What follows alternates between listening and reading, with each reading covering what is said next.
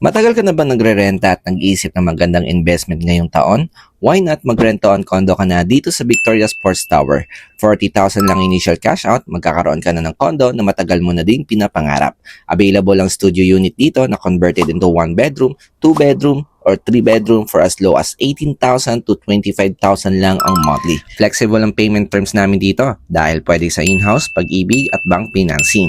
May malaking discounts ka pang makukuha, up to 30% discount plus additional discounts para sa mga rush buyer. 1.5 to 2.5 million ang matitipid mo.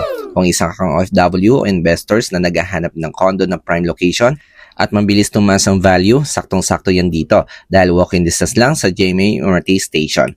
Malapit sa Soler, SM North, Trinoma at ilang minuto lang papunta sa Setlongs, Quezon City, S Avenue Medical Center at iba pang mga hospitals. Para sa mga students, nasa tapat lang ang Manuel L. Quezon University, less than 20 minutes papuntang UP Diliman at iba pang mga universities. Sa ibaba ng building, may coffee shops, restaurants at convenience stores malapit din sa mga churches, bars at kainan. Kaya perfect sa mga residential o gawing rental business like Airbnb dahil easy to access sa lahat. Maganda pa dito ay lowest condo juice at pet friendly pa. May lifetime free access ka sa gym at swimming pool. Plus ito lang naman ang condo property na may kompletong sports facilities. Sulit, di ba? Kaya ano pang inaantay mo? Magpa-schedule ka na ng site viewing bago pa mawala ang promo namin.